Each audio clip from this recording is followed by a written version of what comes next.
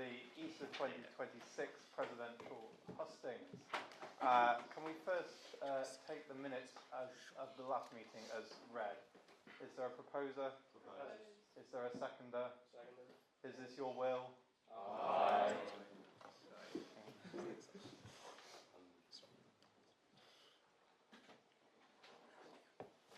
you. Can I ask if there's any business of officers? No. Is there any private business? Is there any questions of officers? No? Okay, then we will proceed to the main item of business, which is the hustings for Easter 2026 President. I just wanted to make a few remarks before we started.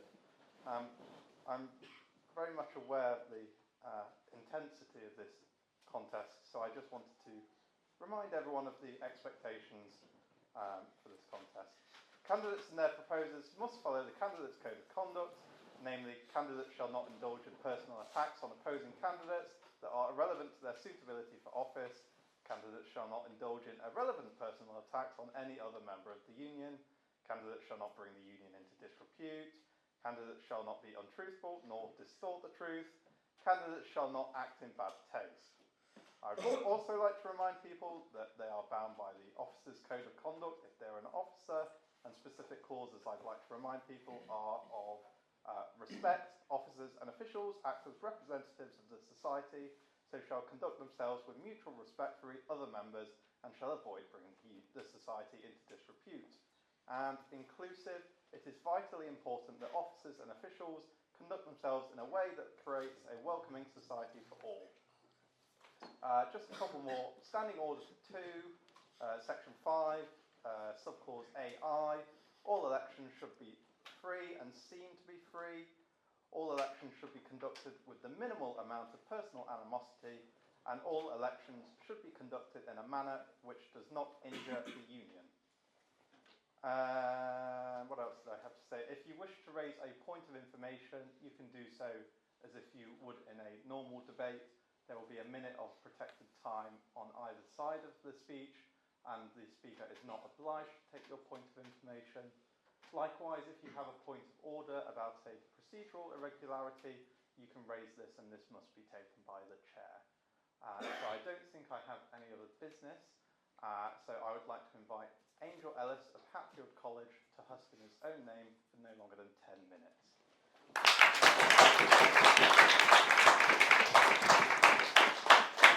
Thank you very much, Brian. Friends, colleagues and members, I'm honoured to stand before you to make my case for Easter 2026. Easter is a term of contrasts. The stress of exam followed by the joys of balls, boat parties and socials. The union faces similar contradictions this Easter. Challenges like 2040's capacity, SU renegotiations and high exec turnover, yet also the return of our chamber, record capacity and some sunny weather. However, before I talk about my broader policies to address these crises and grasp these opportunities, I want to make one point unequivocally clear. My number one priority is to give our members a term to remember. With the high expense of full engagement with the society, it is critical that our full effort be focused on giving our members the best bang for their buck. The first way we can achieve this is by curating a varied and engaging programme of discussions. This society isn't just for politicos, it's for everyone. As you can see from my manifesto, my motions cover a range of topics, and while politics does intersect with some, there's a clear expansion of this society's discussion.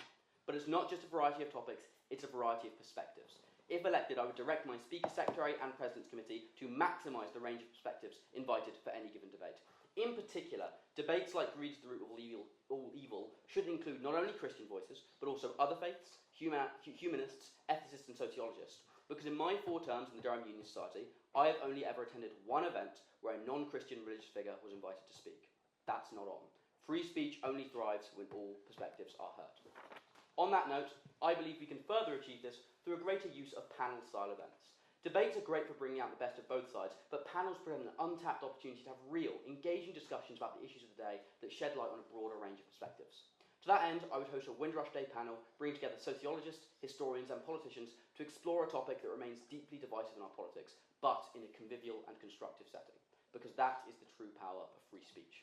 The second way we can give back to our members is through a packed social calendar. Easter should be a time of unforgettable fun.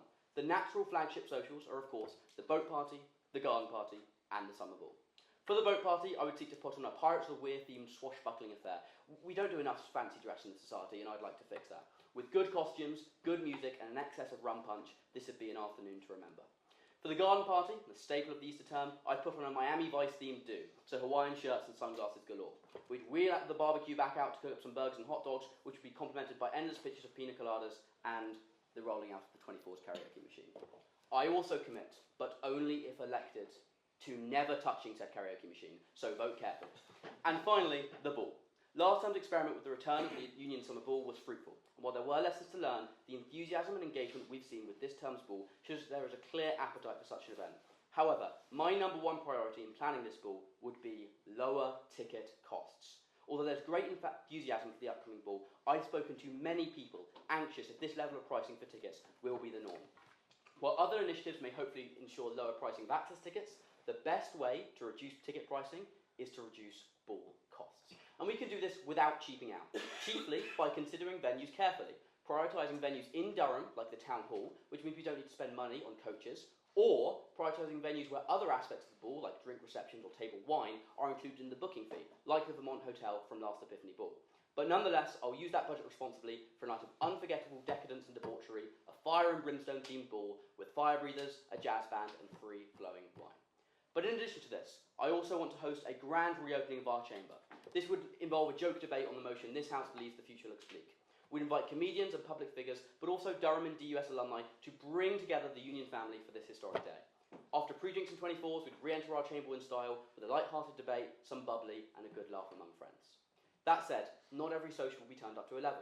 Last term's welfare socials showed the value of calmer events, a chance to unwind with friends before exam season hits. As president, I'd host a union picnic at the racecourse, complete with a standing committee potluck, meaning you get to sample my excellent home cooking, alongside wine, sandwiches, and other picky bits, because getting outdoors is always good for the spirits. So too are our animal friends. It's relatively public knowledge I'm a cat person. As soon as the selection is over, I am going back to London to see them. So if elected, I'd organise a group trip to the Pawsome Cat Cafe. The food's great, and spending an afternoon with some adorable cats is the perfect de-stressor.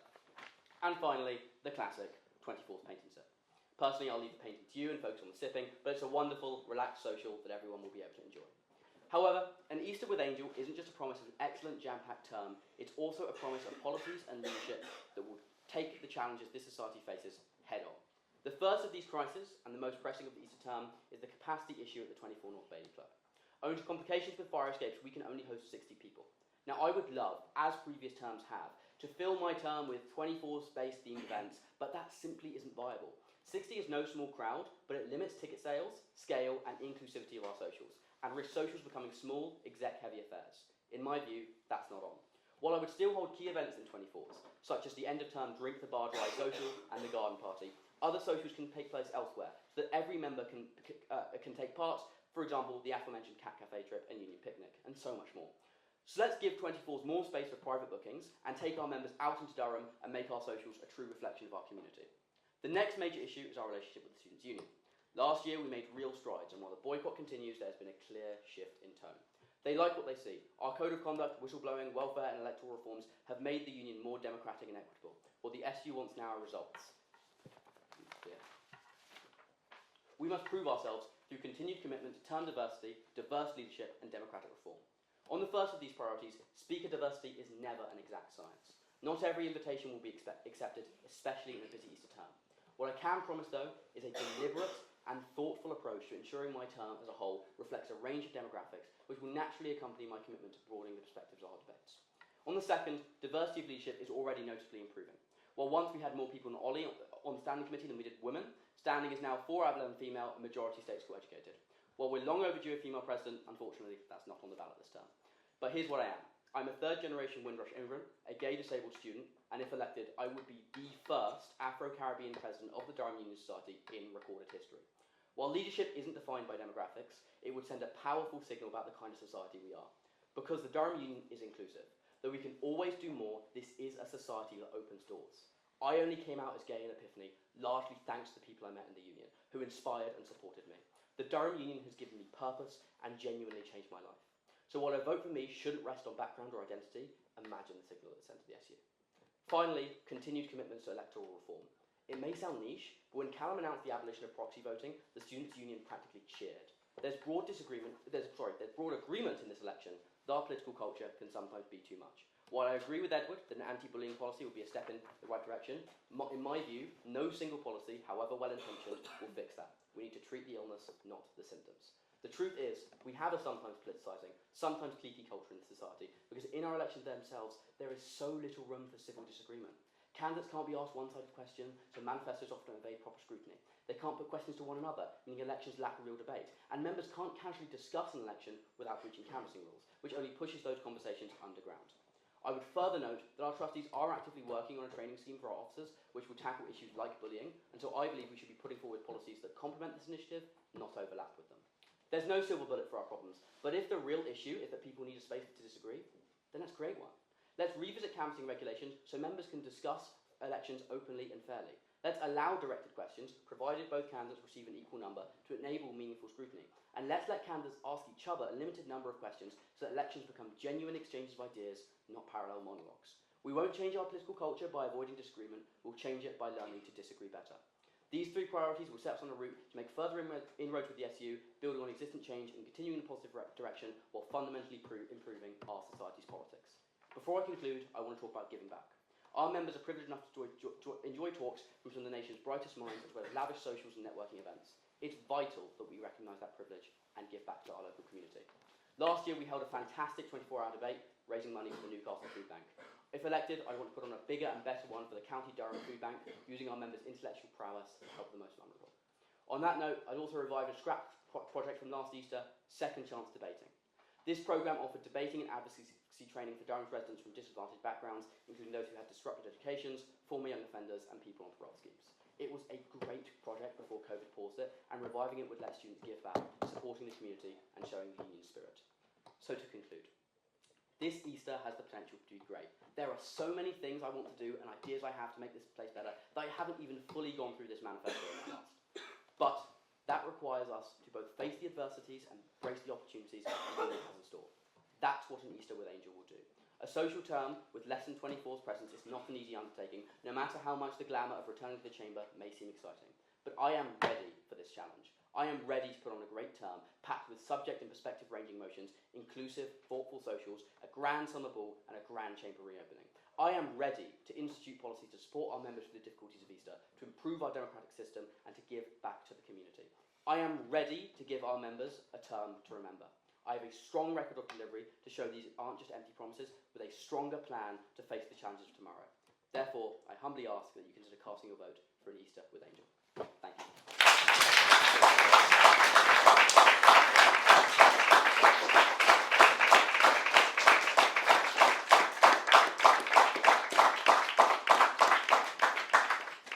Thank you, Angel. I would now like to invite Edward Tye of Grey College to host in his own name for no longer than 10 minutes.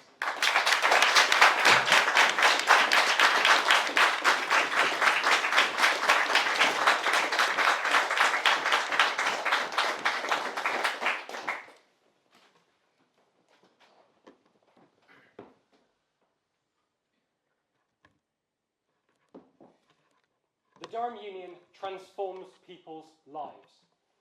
It gives you opportunities you never knew you could have.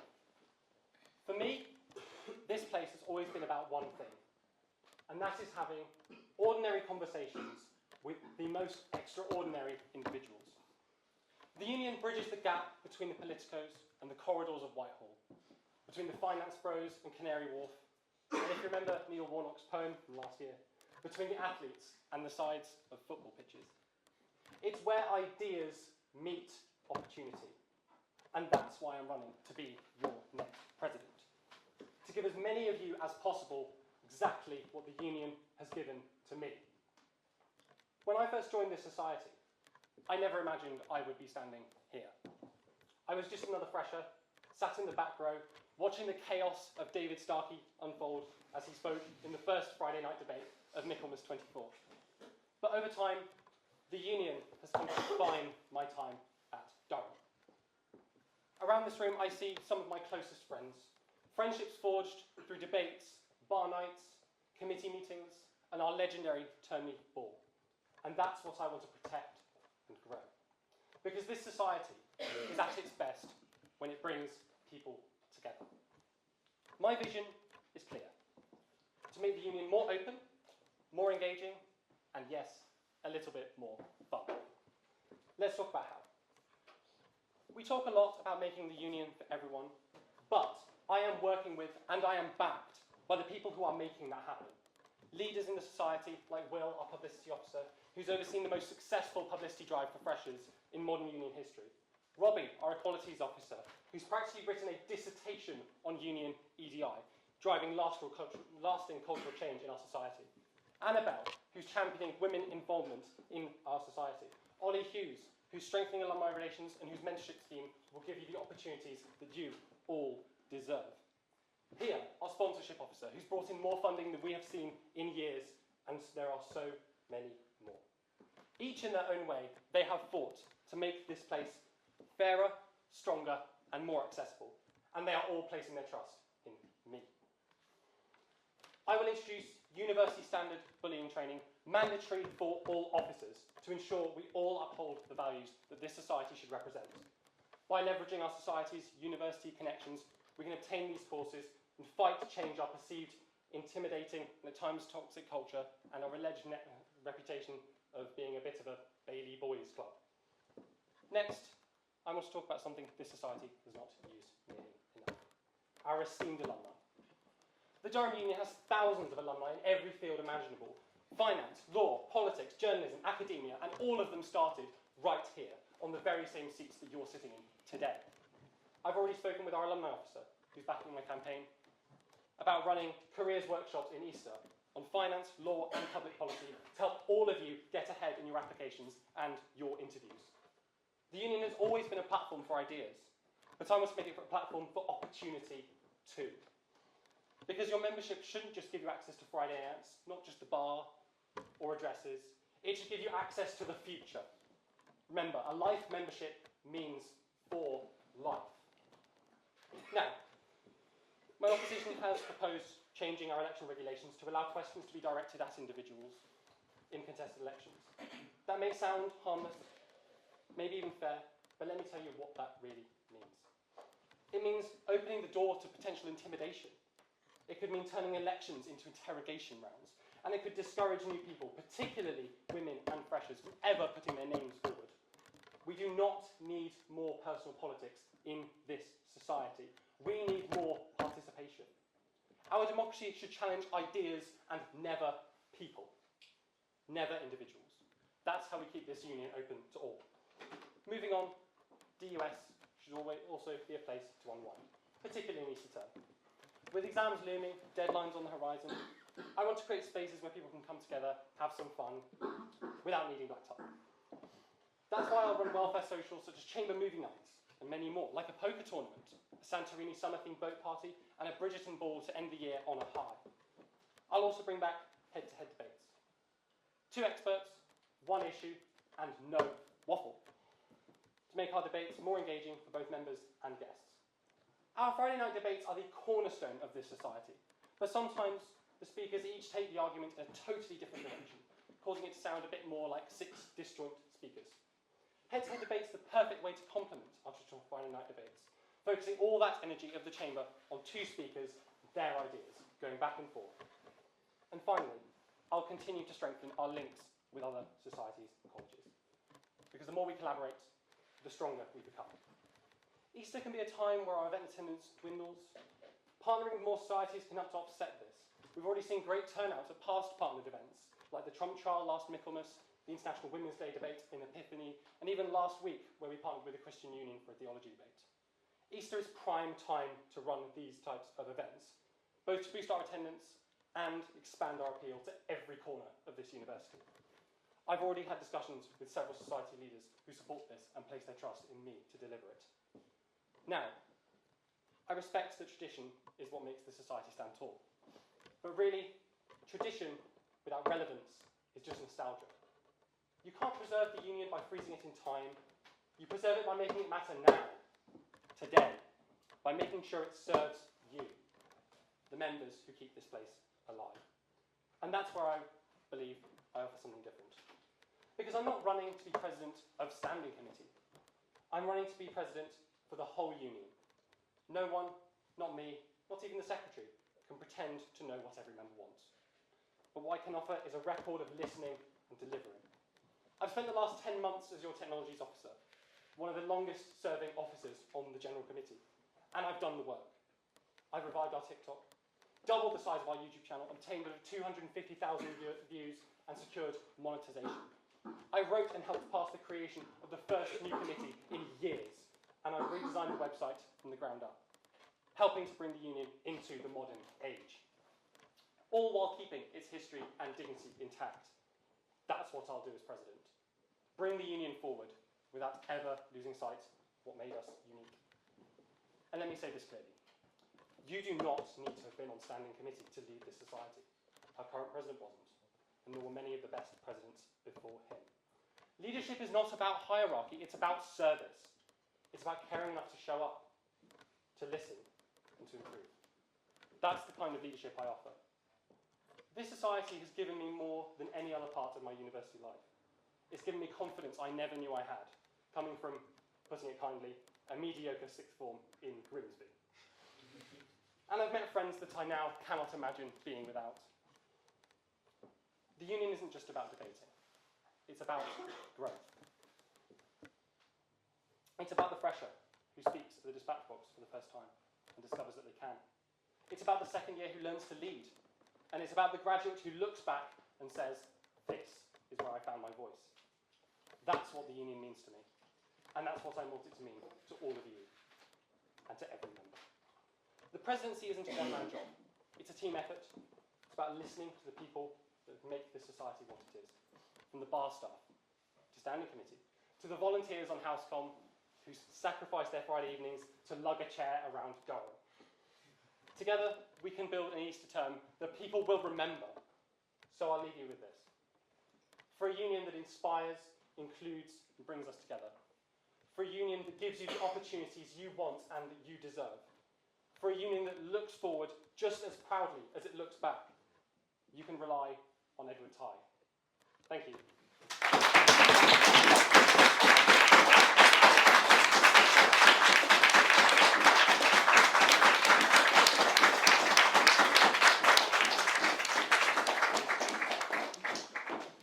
Thank you, Edward. Angel, would you mind returning to the front for questions? If you would like to ask a question, please raise your hand. If you're at the back, please raise your hand particularly high, as I might not see you. Just a reminder that questions need to be addressed and indeed answerable by both candidates. Are there any questions? Molly? Out of all of your policies, which would you say that you were the least confident in? Edward, will you go first? Least confident. I would partially say head-to-head debates, mostly because it has been on several Easter manifestos in the past, but I would say that Easter is prime time to have these events, because it's Easter, people want to have a bit of fun, people want to see something different. So I think bringing head-to-head debates into Easter is the perfect time to do it, as opposed to doing it in like Michaelmas or Epiphany. I would probably say second chance debating. Like Edward's head-to-head debates, it's been promised before, and as much as me and Reece tried last term, we didn't have the time. However, we did, at least get some insight in relation to the main advisor, Jocelyn. I think she's an assistant principal of South, and she gave us some insight into its sort of experience, Durham, and then the ones that arrange it. I can't promise, if elected, that's going to be something that will start in Easter term, but I can definitely promise that I'll be the one to get the ball rolling for whenever it does launch. Thank you, Darcy. Easter is a super social term. All the second years and third years will know. Last year, even with capacity issues now, how do you see, especially in Easter when budget is really tight and people are already going to their college ball, how are you incentivising people to come to balls and socials? Well, I'll start with that by talking about the ball. I think, first of all, launching tickets early, like we did last year, is great because it means that when people do it later, buy tickets later on, they've already spent their money on balls, boat parties, and realistically, tons of food for stretch eating during exams. So, doing it early, in my opinion, will increase interest, but also an effective social media strategy, and also, critically, reducing ball ticket costs. Because I think, as we discussed, as much as access tickets are great and we should be pursuing the other initiatives that other officers and such are to reduce those costs, at the end of the day, there are people who aren't access members of the society who still have an interest in low ticket prices. In relation to socials, I think getting out and doing more beyond 24s, when it comes, if we look at previous terms, 24 socials are great, but sometimes we stick too much into 24s and it can just be different riffs on coming in here, free drinks, thematic decorations, then going out to X club or elsewhere. I think getting out into the community would be a great way to bolster engagement because, I don't know if I can ask for a show of hands, but how many of you have ever been to the Portsmouth Cat Cafe? Right, exactly. The point is, good, Brian. Well, the point is, there's so much of Durham that I think people want to see. There's so many little tucked away spots that I think we should be encouraging. I mean, I went to the racecourse for the first time after the boat party last term, and that was a great experience. There's so much of Durham to see, and I think getting out there as a community, as a society, will seriously boost engagement. Nothing against 24s, but also getting out actually is good for 24s. It means they have private bookings, it means we get more effect revenue. So all in all, it helps both sides of the social equation and the 24 equation. In terms of a ball in Easter term, I think there is actually more precedent to have a ball in Easter than there would be like in Epiphany, because Easter is when every big society has their big summer ball. I mean, all the boat clubs have them, colleges have them, other big societies have them. So I actually think that there's a lot of precedent to have a really good ball in Easter term, even if that means making costs a little bit higher. As for socials in 24s, capacity will be an issue. We don't quite know, I don't think, when that's going to be sorted. But as for that, it is summer, and as Angel said, we can go out there. I mean, we did bar crawls last term, and it's definitely something we can look into, and we can look into obviously trying to solve the capacity issues. More questions? Yes, at the back. So both candidates, as I'm sure you're aware, there are plenty of elections to take place in Easter term.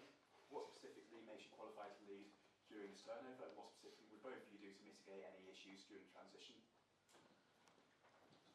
Edward, would you like to start? Sorry, can you clarify this? So you're asking what makes the candidate suitable to lead during like political time? No, Because there's lots of elections, or is that the what you're elections asking? within society that take place during Easter term. Yes. What specifically makes you both qualified to lead during that, and how do you mitigate any issues caused by the elections? Well, for mitigating issues caused by elections, it's largely, I mean, strong leadership is very important, and I think I've shown that partially through back when the Technologies Committee was the Technologies Committee, leading that and publishing lots on YouTube. So that's one thing I'd say, but also at the same time, it's not so much the role of the president to do politics. So it's not exactly, it wouldn't be my job to make sure there aren't political elections, and if people end up getting political, that's for other people to intervene, particularly the trustees if it gets very messy. Well, as much as yes, the president is impartial, I think we do need to have a hands-on approach in making sure that our politics is sustainable and effective. The policies I spoke of in respect to canvassing regulations and questions, I think will do a lot for our democratic society. I must disagree with Edward. I do not believe that people being asked questions will intimidate, particularly if these questions will have to be compliant with the candidate's code of conduct. And I would, of course, if elected, work with the Rules Committee to ensure that the Constitution reflects that. However, I have additional policies that I believe particularly cater to that problem. The first is a constitutionally mandating of officer handovers, because there is a lot of turnover in Easter, and I have spoken with many officers who say they had a rushed or brief handover. That isn't on. No officer should be going into role ill-prepared. And the second of all will be mandating end-of-office standing reports. Roles like secretary, treasurer, publicity, they are incredibly nuanced, and a resignation and a turnover affects a lot of people, and it would be absolutely vital to the society if the lessons from their tenure are enshrined in our minutes and aren't just used for the next incumbent treasurer or secretary, but are used for future generations to look back and go, in 2025, this were the challenges we faced, this was how we overcame them. Darcy? Both of you do incredibly intensive academic degrees. Seeing as Easter term is summative season, it's no joke in second and third year, how do you think you'll be able to handle the workload of being potentially the US president and your Well, Yes. well, I can certainly speak to that as I was Reece's Speaker Secretary, and Reece also did law last year. I've seen the issues that can cause. There were incidents, for example, Sean Wallace, where there were quick deputisations. as I chaired that event. What I will say is exactly as Edward said, it's a team effort, and I would, select a speaker secretary who I know can be there for me, and I would rely on a president's committee who I know can plan the term, and I would work indispensably with the standing committee. There should never be a situation where a president is going, yeah, I can take all the work, yeah, I'll do it, it's fine. Presidents should be honest with each other. But also, I do think the fact that we have a lockdown exam period goes a long way. Obviously, I'm not at all saying that the union just stops overnight. What I am saying is using that time responsibly, both to prioritise one's degree, but also to get things in order for the foreseeable future. For example, I think during exam period before my first exam, I wrote in all of the weekly emails for the rest of Easter term, so I wouldn't fall behind. So there are ways we can balance things, in my view, that means we can responsibly lead during periods of high intensity exam period stress. I'm going to drop 2 bombshells on you. First of all, I do maths. Second of all, and this is the surprising one, Easter term doing maths is actually surprisingly easy. You have 2 weeks that are horrible at the start of term, then you have exams, and then nothing. As long as I'm prepped, which I will be, as I proved last year, even whilst being in the union, doing all sorts of tricks. I still managed to get an incredible result in my first year, even whilst working very hard here as technologies officer, having to go to every event. So as far as being able to be committed to the union, I do not think that my degree will hinder that, especially with Easter term. After exam season, I am completely free to dedicate everything to this society. Yes. What do each candidates think is the biggest problem facing the union at the moment? Edward. The main one, I would say, is the cultural issues that are perceived by a lot of people. A lot of people, freshers this year, have told me that even from their friends, they've been told, don't get involved in the union, it's a bad place to be. We need to challenge this, and that is partially why I'm working so closely with the Equalities Officer, with the Women's Rep, with the Equalities Committee in general, and why they're supporting me, and that's why I've got even Will, am I allowed to say that you're an Access member? I think you said it in Will, being an Access member, proposing me, and making sure we are seen to be equal, fair, and we meet all their requirements for EDI, so that hopefully we can remove that sort of cultural stigma around being a member of the union and it seeming like a daily boys club, if you know what I mean. I completely agree with Edward. I think that the political culture in society has its flaws and needs to be addressed. But to be blunt, being proposed by an Access member doesn't resolve that issue. Nor does a singular policy like an anti-bullying scheme that would be introduced by the trustees in the near future anyway. We need to, the things that happen that are described as bullying or toxic are symptoms, not the illness. We have a structural lack of fair debate and civil disagreement in the society. I think my policies do a lot to remedy that. And I think we need to take a broad approach to these kinds of things. I also, if I was elected president, another thing I'd work on is to challenge the trustee judgment that all communication must go through the office manager. If people have big issues in Easter term, they should be able to access the trustees. They should be able to liaise with them necessary. And I can use the relationship I have with the trustees on standing, having regularly liaised with our trustees, to convince them of that view, hopefully convince them of that view, and make sure that if there are political crises in the Easter term, if that culture festers back, which I don't think it will, because I think these policies absolutely address the issues, that we also have a response mechanism, because as much as I am confident in my policies to improve our society's political culture, I'm aware that as I say, there is no silver bullet. Nothing is going to solve everything instantly, and having a robust complaint system that can handle these things when they occur is pivotal. Yes, Mohammed. Our reputation as a union has been a point of controversy, and consequently our relationships with other societies has deteriorated. We both have emphasized that improving your relationship with the student union and other societies is important. What experience or frameworks will you bring to the union as president that will allow you to improve that? Completely good question. Well, first of all, I was on the SU renegotiation team last year. I've seen the SU process from the inside. I've seen how just having the format of it is uniquely insightful. How our trustees go to a SU trustees meeting, that then goes to the SU assembly, and there's debate and discourse and discussion. And so not only do I have the experience having led that team, I know I have, I understand, having witnessed Reece and Callum deal with the personnel from the SU, the skills and the diplomatic skills that are needed, and what the SU's priorities are, and what the SU trustees' priorities are, and how we should be communicating that and getting more into step with our own trustees. I firmly and truly believe, although I can't make any guarantees, because the SU is an external body, and at the end of the day, we can't inform their deliberations beyond what we can do as a society. However, I firmly believe that the biggest way we can combat the negative optics of the society is by ending the SU boycott. Because, as a consequence of the SU boycott, there is a sense of ostracisation. The amount of times I was leafing in Market Square and people came up to me and just went, why are you in the Freshers' Fair, or why are you here? And I'll tell one anecdote that I think illustrates my point. I once leafleted somebody who stopped me on Kingshead Bridge and said, I don't know that much about the union, but all I've heard is that you're a racist society that puts on bad debates. I ended up talking to him about half an hour. He bought a membership a week later. The point I'm making is we can combat the negative stigma around the society by showing our best, but I think our ability to do that will significantly increase once we end the SU boycott and project a more positive image. As far as the SU goes, what I really think, while I respect Angel's past experience, I do want to say that every year, SU exec, there is turnover, new people are there. Our society, there is turnover. You need to go into every SU chat with a clean slate. You need to go in there, treat it as its own thing. Past experience will only take you so far. So while I think that going into it, I bring a very fresh view on it, having not attended one before, and I can come into it with a clean slate and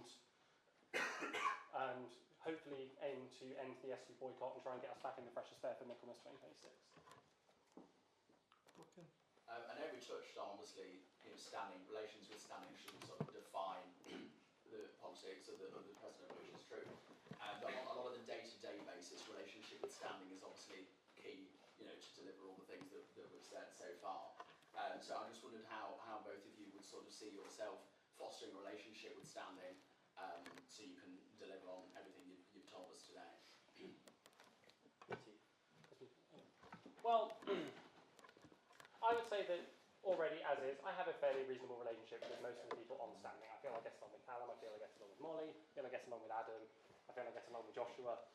And so I think that whilst I'd be a fresh face on standing and coming from a JO, just like Callum did, I think that I could bring...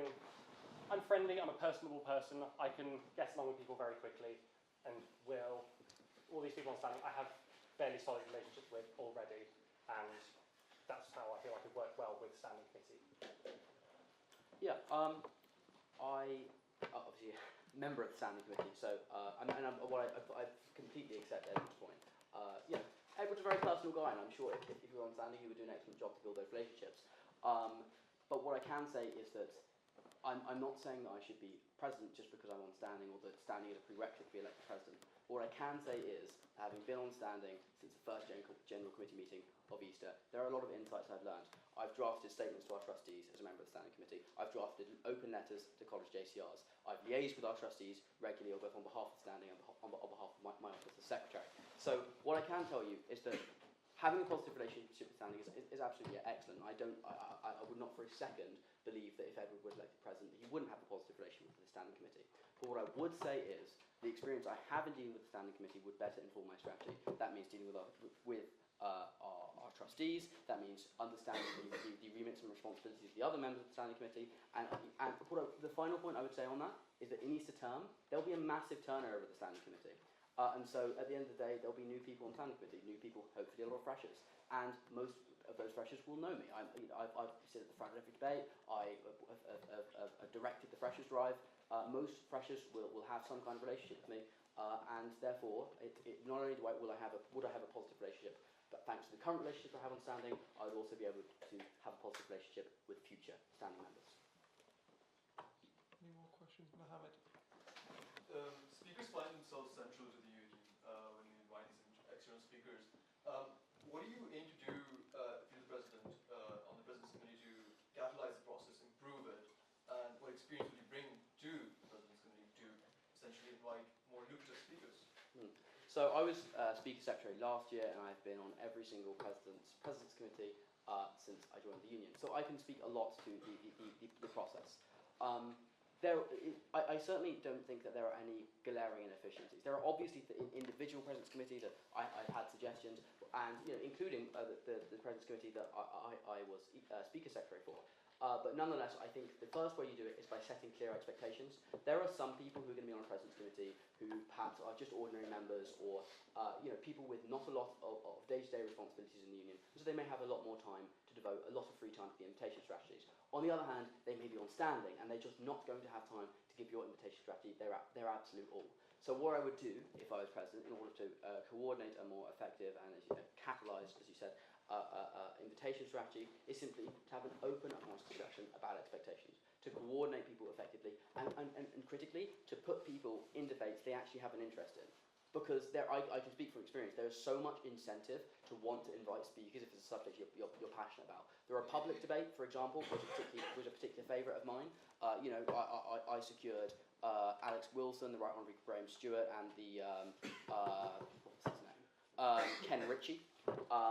And what I can tell you is that I genuinely enjoyed it, because these were people I wanted to meet, I wanted to bring, and I was passionate about meeting them.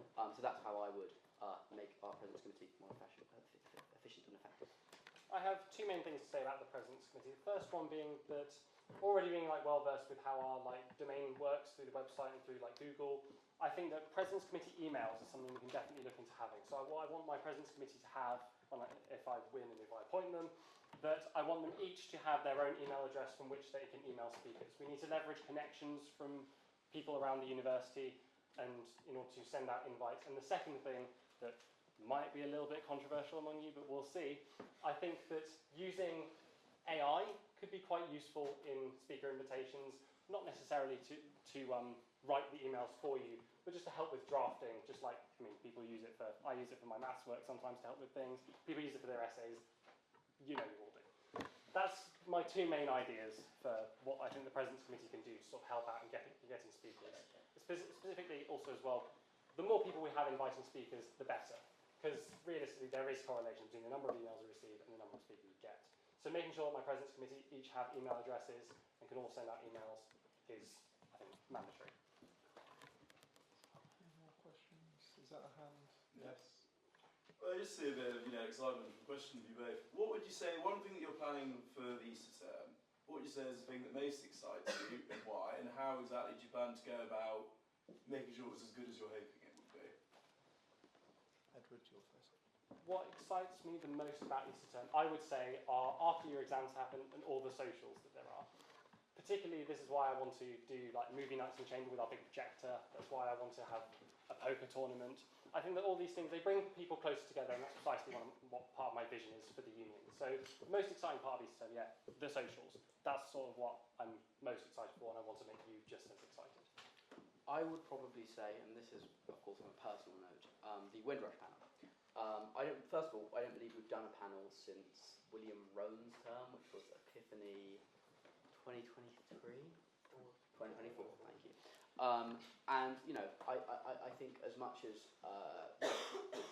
debates are excellent, I'm really interested to see what panel discussions like, particularly on an issue that crosses so many areas of interest, like immigration. It's personal to me, obviously. My grandfather is a Windrush immigrant, and it's very interesting to see how charged immigration has nearly always been in our politics, but particularly how that's moving increasingly towards the centre of people's focus nowadays. And so that's where I'd be really interested to see, particularly because panels allow people to share more than just two binary perspectives in a debate. It allows people to have more meaningful discussion and interaction. And I'd be genuinely fascinated to see what some of the nation's brightest minds, from sociologists to think tanks to MPs, would have to say on why is immigration so important to this nation's politics. Any more questions? Adam? How would both of you strive towards our charitable objective of promoting free speech in an academic setting, with reference to nothing you've already talked about? With nothing you've already talked about, or putting me on the same points over and over. Yeah, putting me on my feet. Well, I would say,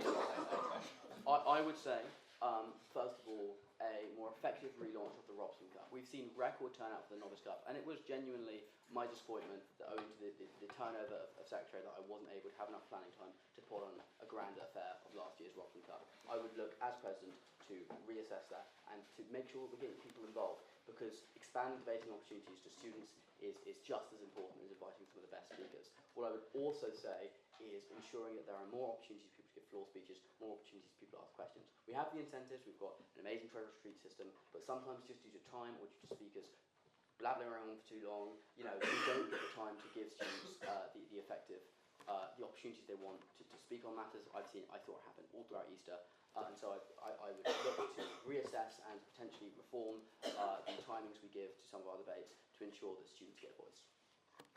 Students is a good point. However, I would also say, and this is what I will strive to do a lot more of, is that reaching out to more academic departments as well. Reaching out to professors. There are so many professors in Durham that sometimes, maybe if I can say this, are arguably better than some of the professors we're getting from other universities.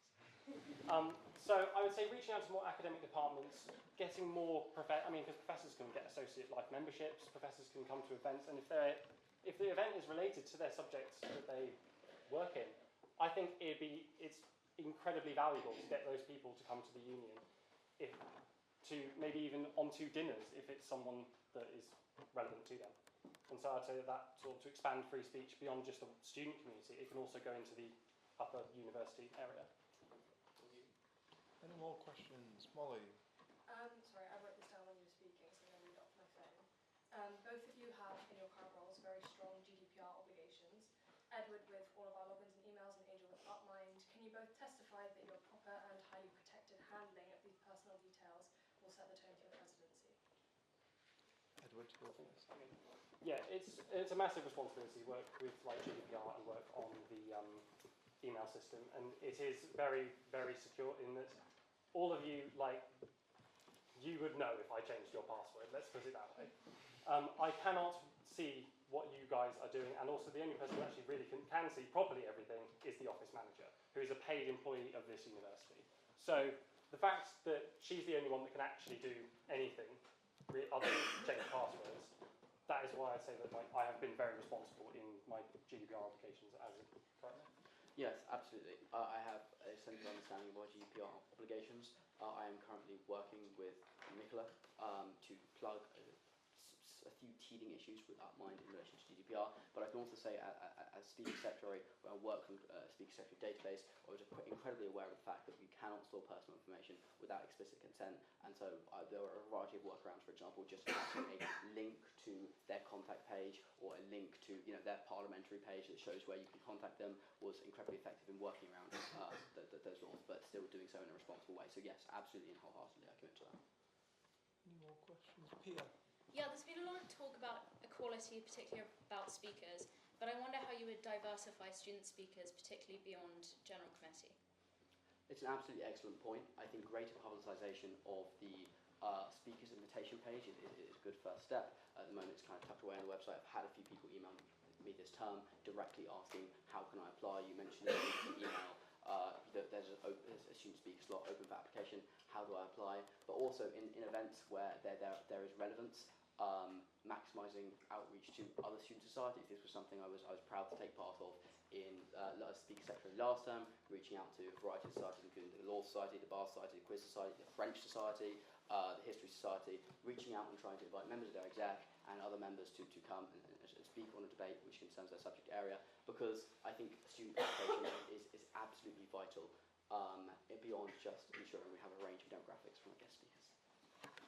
Outreach to other societies is something that is already in my manifesto, so I will not go on about it too much. But yes, inviting execs of other societies, like we had the Christian Union speaker last debate, is very important. But also, yes, we do not publicise the sign-up sheet for getting student speakers in very much, and I can work with the publicity officer on implementing that very easily, just making an Instagram post, a story, whatever it might be. But also, the other thing is, I think a lot of times with student speakers, a lot of it is the president will just text someone saying, usually on general committee, saying, can you speak in this debate? That's how I got the slot on this events debate, was Callum just texted me. So rather than, I think, having it be just the president says asks this person, we should make sure we prioritise people who sign up via the website as opposed to just people on committee. Any more questions? Well, What advice would each candidate give to the other should the other person become president? Edward, you're starting on that one. I would suggest that he follow the Instagram account Rely on Edward Ty and have a look at the manifesto that is on there and see if he can, take some inspiration from it to. That's very kind. What I would say is our relationship with our trustees is really important, and as president, you are the chief person to safeguard that. And I would advise you, I would be happy to supply you with some email chains to show how delicate the relationship with our trustees is, and hopefully provide you with the insights that you would need to effectively liaise with them to achieve your very valiant objectives. Any more questions? Yes, Oliver Cox. Can both of you say the one thing you like most about each other? Ooh.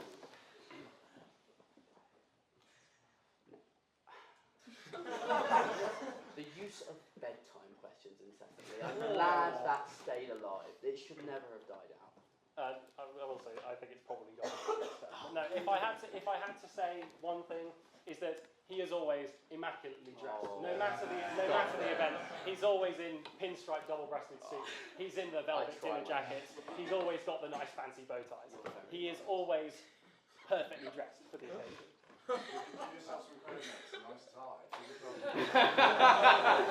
Didn't you design it? Yeah.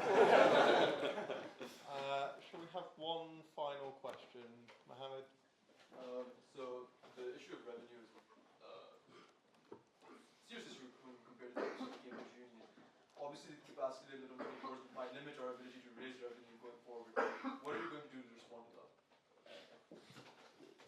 I believe it's me first. Yes. Primarily, and I think this has mostly been untapped until quite recently, I'm working with the sponsorship officer, and she's managed to bring in more funding, in the last, since February you elected, I believe? Yes, or was it January? No, January. In the last 11 months, she's managed to bring in more funding than in the last I don't even know how many years before that, since sponsorship was removed from standing. So I'd say in terms of bringing in funding, sponsorship is a massive untapped area for funding, especially in Easter term where we've said budgets do get tight because a lot of the money gets spent on Michaelmas and Epiphany terms where we really have that drive to get new members. So working with sponsorship, securing sponsor money, getting sponsored events, more of those, that's where I think we can resolve a lot of our funding issues. Yeah, I think that's an absolutely excellent point, and for the record, I'm completely unopposed to working with the treasurer, the sponsorship officer, the alumni officer to coordinate funding schemes. What I would say, in my view, is in relation to 24s, because for those of you who were here last year, you will know, for those of you who weren't, you won't. Last year, 24s got in a lot of money, and that was largely because of a massive private booking scheme. I mean, in one night, £1,400 was spent behind the bar. Yeah, we did it. I can claim a level of personal responsibility for that, though I don't recall. That the point is, the private booking scheme is where we get our most money. And I'll just explain why, because how private booking works is you pay a £300 refundable deposit. So if £300 is spent behind the bar that night, you get that £300 back. Oh, £350. Thank you for the accurate. Last term it was 300 though, wasn't it? 359 you're talking about. Yes, well, yeah. Last term it was 300, this term it's 350, because that covers overheads and expenses. So that means guaranteed, when we have a private booking, 24s makes a profit. Or what? Sorry, it breaks even at the very least. And so the reason I would, as much as I would love to put on, some of the theme night Edward suggested, a gay night, a poker tournament, all of that kind of thing, I think it's far better for 24s to bring in the revenue if we go outwards. Because not only does that mean we can have larger socials, that means more ticket sales, that means more engagement, it means socials being more reflective of our community. What it also means is that we're not plugging 24s busy nights when people might want to pop in for a quick drink on bar crawls. What it means is people can book out private bookings, or 24s is open for business as usual. So that increases 24s revenue. It hopefully gets us some more money in the social com budget from potential social profits, and all in all, hopefully it combats the loss of potential profits we're going to have because of the capacity issue this Easter. Edward, have you answered? Sorry. Yeah. Sorry. Wake up. Right, okay, well, thank you. Thank you. Can we give both candidates a round of applause?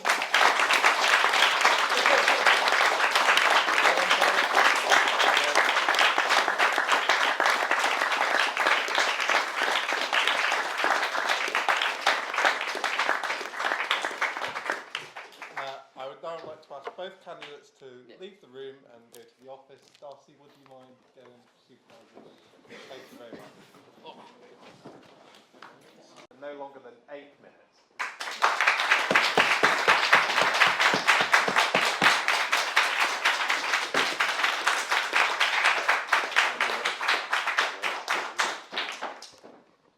Being a proposer is always an interesting job, because you're always constantly walking that fine line between embarrassing your candidate with some personal anecdotes and giving them the praise they actually deserve.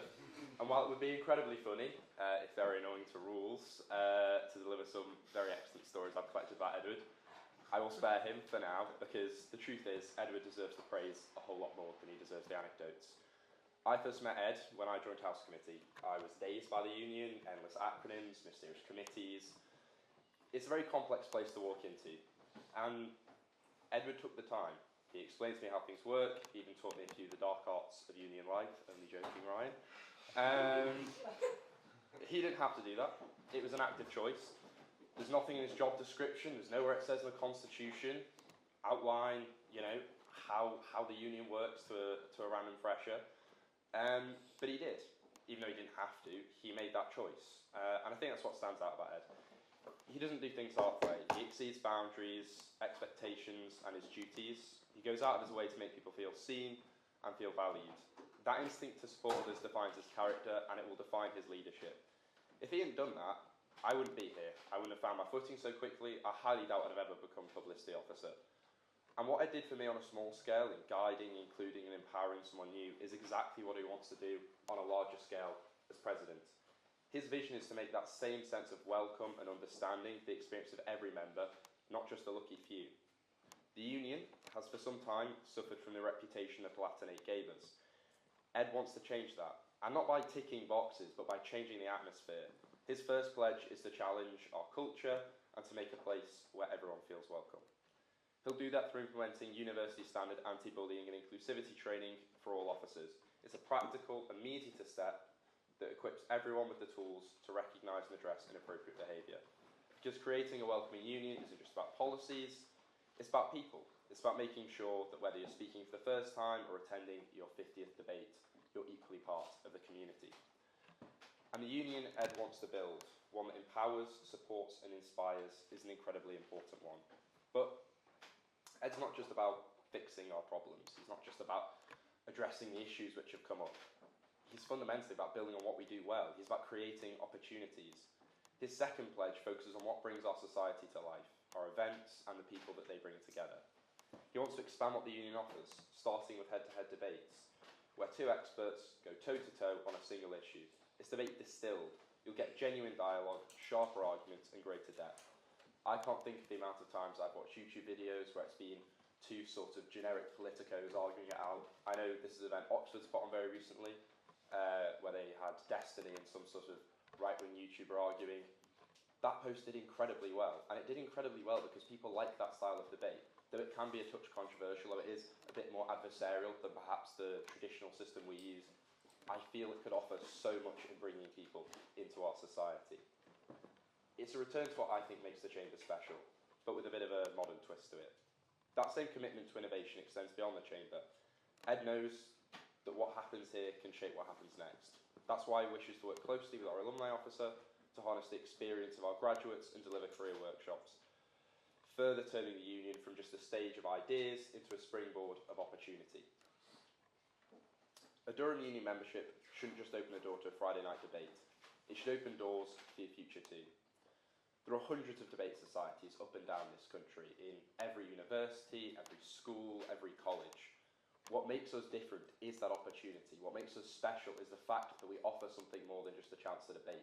We offer support for careers. We offer support for people's futures. And Ed understands that that opportunity grows strongest when we work together. He'll focus on outreach and collaboration, building closer ties with other societies and departments. Partnered events means bigger audiences. every debate we hold on religion, we do on almost every term now because we know we can get the Christian Union in, we know we can get Catholic Society in, and we know that will bring numbers in. It will get people engaging with freedom of speech. As Adam mentioned earlier, we are a charity with a mission, and that mission is to expand freedom of speech. By partnering with other societies, we're doing that in such a direct and clear way. That's why I think it's crucial to Edward's mission. He also plans to invite professors to speak on topics linked to their research, connecting what's debated here to what's studied across Durham. In doing so, Ed wants to make the Union not just a debating society, but an intellectual hub of the university as a whole. I think that will improve our reputation, because we will have faculty interacting with us, and the authority and the prestige of faculty coming here can lend a better reputation to us. So I think that is a crucial part of not just how we fix our reputation, but how we deliver on our charitable mission to expand free speech. And of course, it wouldn't be an Ed campaign without the socials.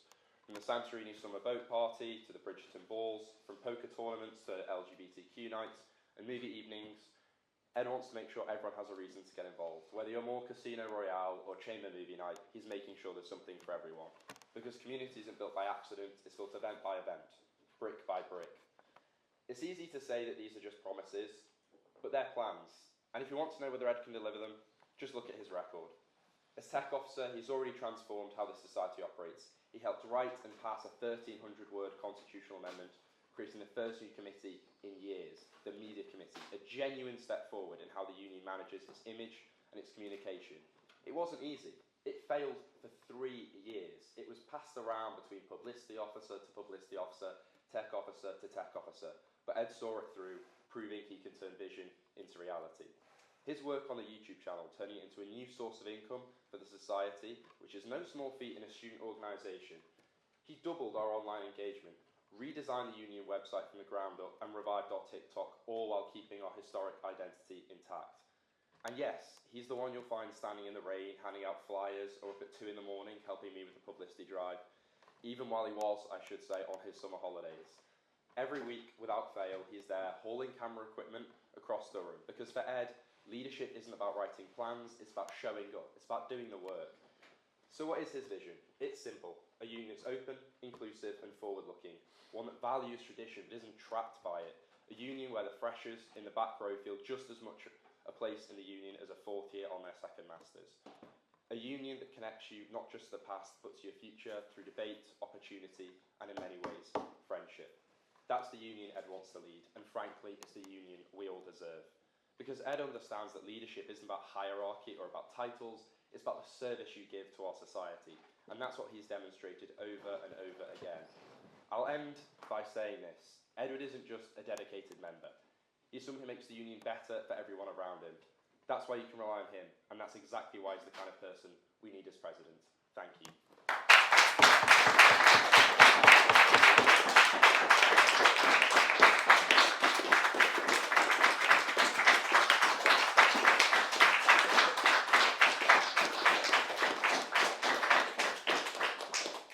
Thank you, Will. I would now like to invite Henry Hawes of Stevenson College to propose Angel for no longer than 8 minutes.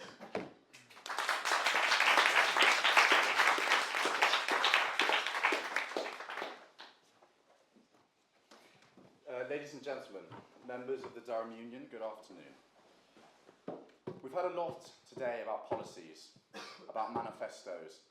My job as a proposer is to all help you understand why Angel as a person, rather than a walking manifesto, should be your president. Thus, I shall spend the next 8 minutes trying to communicate his character, not just his experience, and why this character would make him a suitable and excellent Easter president. Angel and I first met during both our early days of the Union. If you'd asked me back then why I bought a membership in the first place, you would have been met with the following 2 reasons. 1, as Jerry Lee brilliantly put it to me when I first met him, you'll struggle to not get your membership back in the value of free alcohol. A good enough reason for most. 2, I felt it was important to spend at least a few days a week, away from my degree, attending events that encouraged me to think, to work out my opinions on the issues of the day and perhaps meet similarly passionate people who might agree, or even better, challenge those opinions. It was within this exciting new setting that I first met Angel Ellis. Little did I know, as an inexperienced fresher, the journey that I'd end up going on, spending hours over the next year falling in love with the service of an organisation and a group of people that has, at times, mattered above all else. Yet part of me feels as though this had been Angel's plan all along. His love affair with our great society started as soon as he's uttered those first words on the opening debate of Michaelmas 2023. You all know Angel. I don't think anyone can doubt how important the union is to him. Indeed, it can often be quite hard to get him to talk about anything else. Yet I know that this obsession with the society represents something far deeper. He holds an enormous amount of respect for the union's rich history, its wonderful traditions, the amazing opportunities that it provides, the important protection of free speech and open debate. Indeed, one of the main reasons why he first got involved, fell so in love with the union and is now running to be your president is because he believes so passionately in protecting and enhancing these core principles. I'm thrilled to say that since those early days, Angel has become one of my most trusted colleagues and, far more importantly, my best friend. I therefore feel especially qualified and privileged to propose him for such an immense responsibility this afternoon. Angel Ellis is hands down one of the most impressive and brilliant people I have ever met. He's proven to me time and time again that when problems arise, he meets them not with panic or pride, but with tenacious and clear-headed competence. His tireless commitment to whatever he sets his mind to is one of his greatest strengths. He does the work it would take 4 others to do, channeling his passion for our society into going above and beyond to ensure that our union thrives. I mean, really, I live in the same house as the guy, and I see him far less than Nicola in the office upstairs do. I've seen firsthand how much time and effort and thought he has put into making our union a more welcoming and inclusive space. I'm sure for many of you, freshers especially, Angel might have been your first point of contact in the union. No one worked harder to ensure that Freshers' Drive was the record-breaking success that it was. He spent ridiculous amounts of time coordinating our leafleting and wider Freshers' strategy over the summer and during those first 2 weeks. Whether it was standing outside in the cold, leafleting for hours, chatting to students who've never even heard of the union, or remembering names and faces a week later, no one cared more about making newcomers feel part of the union family. And it wasn't performative, it was genuine. Angel understands that the society he cares so deeply about thrives not just because of its great events and rich traditions, but because of the people who walk through those doors for the first time and decide to stay. Angel cares about our members, about the direction the society takes. He believes in the importance of the union remaining relevant to this membership, to the needs and requirements of a community of students that he has grown to understand and empathise with in his capacity as our secretary. He understands the importance of holding the big debates, leaning into our traditions, and providing our membership with a term of events that they can be thrilled to attend. This kind of genuine commitment to people, not just to progress, is rare, and it's exactly what would make him a great president. On the topic of progress, I'm sure we're all aware, and indeed we've spoken about it today, of the union's somewhat tainted history. Our society has been and will continue to be tested and called upon to correct the wrongs of the past. And I can think of no one better suited or better prepared to take on this responsibility than Angel. He is a man of strong integrity, whose commitment to progress stems from his own lived experiences. Angel himself belongs to several demographics that have historically been marginalised, groups that were even at times unwelcome in the union. I refer to these lived experiences not to insist on special treatment, but to further communicate to you, the voters, why Angel's mission matters so much to him and to the future of our society. His commitment to inclusivity and the welfare of our members goes hand in hand with his adoration for all that makes the union special. He's spoken quite openly and honestly about some of his experiences, and I know, because I know Angel and the issues that matter most to him, that his presidency would focus on embracing all that makes our society so special, while remaining committed to its journey of self-reflection. He is determined to keep the fire of progress burning strong, ensuring that we build a society where everyone, no matter their background or lived experiences, can feel welcome to do the same, to fall in love with the society like Angel has done. As Easter president, he would embrace the responsibility of SU negotiations, leading the effort to rebuild this relationship without compromising on our sovereignty. Of course, he's already proven himself to be a valued contributor to this process thus far in his capacity as secretary, and I would trust no one else to lead the way forward on such a complex and important issue. As Speaker Secretary for the last Easter term, he knows, from experience, not only how to put on a successful term, but how to deliver one in Easter. Putting on an Easter term is a unique task, and one that requires a certain type of leader. Angel knows from his experience as Speaker Secretary last Easter, how to put on events that remain accessible during exam season, but also interesting and appealing. Apart from the obvious implications of exam season and all its pressures, there is a significant turnover of officer roles during Easter term, as people graduate or move on to other endeavours. Thus, we need a president and a leader who understands how to build consensus amongst all this turnover, but also one who could, if needed, pick up the slack. I know that Angel is this person, and I personally would not be comfortable risking my vote on anyone else. If it's true that the General Committee acts as the beating heart of the union, then Angel Ellis possesses the qualities to be its pacemaker. For make absolutely no mistake, Angel is the only candidate stood before you today that, from experience and past achievements, knows what it means to put on a union term, to lead the way on constitutional amendments, to be an integral part of the Standing Committee, and to be a leader at the very top of our society. He is the only candidate that knows every intricate detail of the Speaker invite process, the managerial side to a President's Committee, the logistical side of term planning, the formalities and responsibilities of Standing Committee, and crucially, how to do all of this in Easter term. It is quite clearly how highly I think of Angel, and it is with genuine pride and confidence that I propose him for the presidency. I cannot think of anyone better placed to give the office of Union President the respect that it deserves, and to manage the responsibilities that Easter term demands. He is reliable, approachable, and a thoughtful leader, qualities that have defined his time in the Union thus far and would undoubtedly shape his term if elected President. I am confident in his ability to guide our Union through its next chapter, and hope you will all join me in support of Angel for Easter President 2026. Thank you.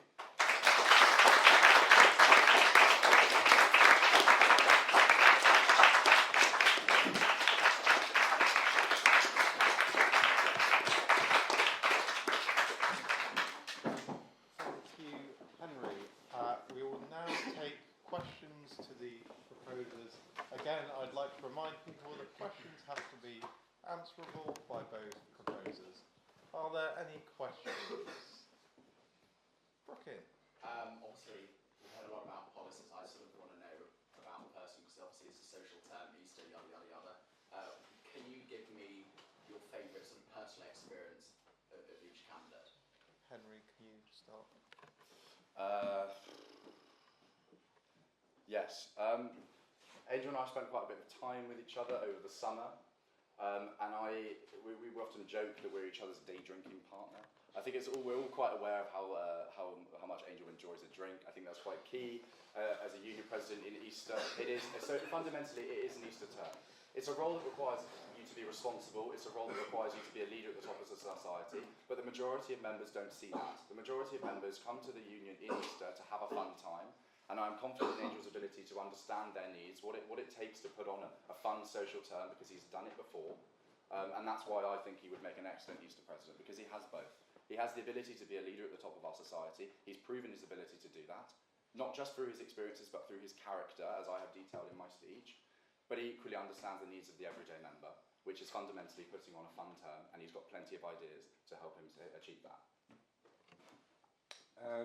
I would like to say this would be a lot easier to answer if Ryan wasn't here. But I will keep it as I'll keep my favourite story about Edward as PG as possible. I remember really distinctly being in Spoons once, and I'd already kind of had my fair share, shall we say, of the £1.99 pints. And I remember Edward wandering in, and Edward's not someone who likes to go too excessive. I mean, it's fair to say I'm not sure who'd win the chop off, but it's perhaps one area where they may pull it off. But I do remember Edward trying to keep pace with the drinking of everyone else that was around him, and the state he was in afterwards. Lord Almighty. I think Edward, as a president in Easter, will understand something incredibly important, which is, much as the drinking is great, and as I'm sure many of you remember from last year's ball, I definitely do enjoy the drinking. He's also making an effort to put on socials for people who don't drink, and that is actually something that's underratedly important, especially in terms of relationships with the university. The university is very bothered about making sure universities isn't just like purely drinking. Plenty of activities, people don't want to do it. I think the movie night is a kind of quite inspired idea, to be honest. This is an opportunity for people who, say, aren't up for the more party atmosphere of some or other socials to still get involved.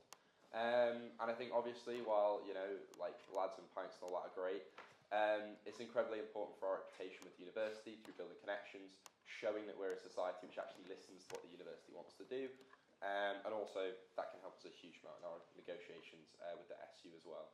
So I think Edward as a person, perhaps by being a bit different from, say, Angel, myself or Henry, brings something unique to the socials, and I think that's incredibly important. Any more questions? Mohammed? Well, I apologize for bringing this up again, but speakers are an integral part of the union. Being proposers for presidential candidates, how much can you test to the abilities and the experience of the candidates in regards to their ability to create a pull for those said lucrative speakers? How long have they served in presidential committees? How many speakers have they invited? What I can say about Edward is, if there's one person who knows about emails, it's definitely Edward. He manages our entire email network. I think Edward's someone who is more than capable of doing the work when it comes to inviting speakers. I think his idea of using AI to kind of improve our productivity, being a tech officer, he's brought clearly a lot of knowledge there. I think by having more customised invitations, he hopes to bring on sort of more impressive individuals. It will also allow us to send out much less of the kind of generic templates. We can offer a lot more customisation if we use AI. We can make it feel a lot more personal.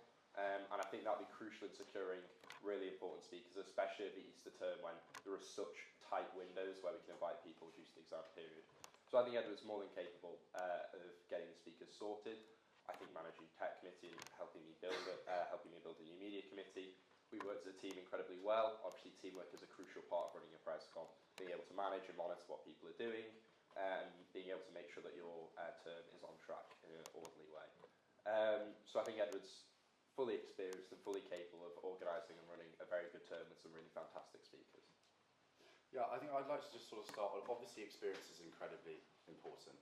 And I think today we have made a big issue about experience levels, but I think experience tells you more about their character. Angel has been on 3 press cons. He's not been on those press cons because he was on the last one. He was on those press cons because he was on the last one and did an excellent job on the last one. He was Speaker Secretary at Easter because he has demonstrated an ability to invite the best speakers. The Speaker of the House of Commons, the Dark Destroyer. These are both speakers, and plus a whole wider range of speakers that were speaking on the debates in Easter. Those are speakers that were invited by Angel. He understands how the union invites our speakers, what it is about the union that makes our speakers come. We don't have the budgets of Oxford and Cambridge. Oxford and Cambridge have £1 million a year to spend on speakers. We have the ability to pay for their travel, their accommodation, but fundamentally there's a recipe to pulling speakers in, and that's understanding why they think it's worth coming up to Durham. What we're offering them is essentially a platform, an opportunity to communicate with young people, and that's something that Angel can attest to and knows because he has been Speaker Secretary, because he's been on press committees, and he also understands that not every term is the same. Angel has been invaluable in my capacity as Speaker Secretary for Michaelmas because he did it first. Angel was my best friend. Obviously Callum was a massive part in helping to show me the ropes, help me understand what it means to be Speaker Secretary, but Angel's done it all before, and he understands that Michaelmas is a different beast to Easter. Michaelmas term has been about getting as many emails out as possible, coordinating the press committee to just send out as many emails and hope you get the best speaker. There is a limited window in Easter term. It's not about sending speakers to emails. Look, equipping everyone with an email is a great idea. Of course it is. It gives them that legitimate status as a member of Prescom. But it's more about where you focus your efforts. Because Easter term, there is just not the 8 weeks of calendar that there is available in a Michaelmas or an Epiphany. You have an exam period that takes up a considerable amount of term. And so therefore, if you're inviting speakers on a first come, first served basis, you're not going to get the big speaker. You're going to have to be selective. And that is what Angel did in Easter, and that's why we got such good speakers in Easter, because he held off. He made the decision. He said, I've got Lindsay Hoyle in the back pocket here. I've got a speaker that is guaranteed that could come on that same day, but I'm going to hold off and I'm going to take that risk. And understanding when to take those risks, understanding that process is what makes a good Easter term. Otherwise, you get a term in Easter where, sure, you've got an address every week, but it's not the Speaker of the House of Commons. Are there any other questions? Yes. So obviously you guys have both spoken about your personal relationships with both Angel and Edward, and the union has got a bit of a rep about sort of personalising friendships becoming politicised based on union politics. Why do you think that your candidate would make sure that you can make meaningful relationships and friendships and have a good time with the union without everything being politicised? Henry, can you start? Yeah, I think Angel has always and this is something that he has, if you ask him and talk to him, he's more than happy to talk to you about. He has always seen the importance in separating the personal and the political. You know, I don't want to necessarily speak on his behalf and make a promise, but I know Angel, I know what he's like. Regardless of the outcome of this election, regardless of what side of the election you've fallen on, Angel will still be your friend. Because he cares about the society and he cares about the people within it. And we are a collective. At the end of the day, we might disagree on this particular issue, who we feel is more suitable to be Easter president, but we are still part of one union family. And that is a union family that Angel has made an effort through Freshers Drive to bring people in, and is not something that he wants to tear apart on behalf of politics. And I think his manifesto clearly demonstrates that. We've heard a lot about the pros and cons of greater scrutiny in the elections. I think Angel fundamentally sees the chance of the union has a reputation for it being a bit cliquey, for the politics to be behind the scenes, a bit backhanded. Let's bring it out into the open. Let's have these conversations, these confrontations in settings like this. Today has been an incredibly productive thing. I can't help but sit there and think that this is the union at its best. Us challenging each other, challenging ideas, having a debate. Because the alternative is it happens behind the scenes. It's gossiping, it's people going to coffee and saying, this person said this, don't believe their manifesto, they say this. Angel wants to change that. He wants to bring it all out into the spotlight and make it an open and fair process. And I think that is one of the main reasons that we fix the political culture. And I think that Angel understands that because of his experiences within the society. He's been around for a long time. He's clearly done well. He's been put into positions of responsibility as merit of pay, how well he's done in those roles, but fundamentally because of who he is as a person. He understands the problems and he's got a solution to them. And that is testament to his character rather than just the amount of days that he stood on standing committee. I think in terms of managing politics and personal, I think Edward's someone who has experienced on a personal level just how difficult sometimes it can be when members of the union don't always behave in a way that's appropriate and fair. I think that fundamentally Edward's someone who will always, because of that intense and difficult personal experience, understand exactly how important it is to make sure everyone feels included, that no one, just because they run for an election or do something someone else doesn't like, gets ostracised or socially pushed away. He will always make sure that people are included. He will always make sure that every member, regardless of what they do, regardless whether you like it or you dislike it, you still get accepted here, because that's how we build a community. I didn't mention community in my speech, God knows how many times for no reason. It's something me and Edward care a great deal about. It's something he'll take into his leadership. If we don't have a strong community, if we don't have a healthy body politic, a good political culture, the exec turnover we talked about earlier is going to become a huge and continuous problem. The amount of burnout we see in offices, the amount of toxicity that's sometimes experienced by some people, that's good, right? Yeah. Is incredibly intense. And if we don't begin to institute things like anti-bullying training, we are not going to see that change happen. Our culture is one of the most important things about this place. And if we don't get it right, if we don't make the changes we need to make, we are not going to see the union be everything that it could be. I think Edward understands that, Edward values that, he's going to take that and make it his priority as president. I hope that answers your question, Frank. Any more questions? Oliver Cox. Obviously, neither of you have ever had any press ambitions whatsoever, so this is purely hypothetical. But what would be your first priority as president if this was just you two? Will, your... Oh, is it me to answer first?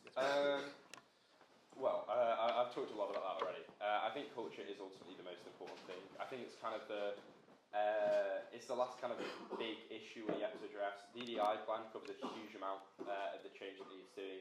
And as far as I understand it, as a general committee we approved it, as a standing committee we approved it. That document serves fundamentally as the basis for change in the union in terms of rules and procedures and things like that. What I would add to that is I would say that culture is an area that isn't discussed as much, partly because it's very controversial and very difficult to talk about a lot of the time. I think as president, the best thing you can do to change that culture is set standards of behaviour, set standards of attitude. We can't always be everywhere at all times, but if everyone understands that there are not just direct procedural consequences, but there are also social consequences. If you don't behave properly and you've got people criticising you for it, that makes infinitely more of a difference than if subsection whatever of the Constitution says thou shalt not do something. I think Edward understands that. I think he'll take that into leadership. And I think think that will produce a better culture in this place and a healthier culture. I know it's incredibly important to him, and it's incredibly important to me as well. So if I ever did run for pres, that probably would be pledge number one, I think. Yeah, look, I think, and it's something that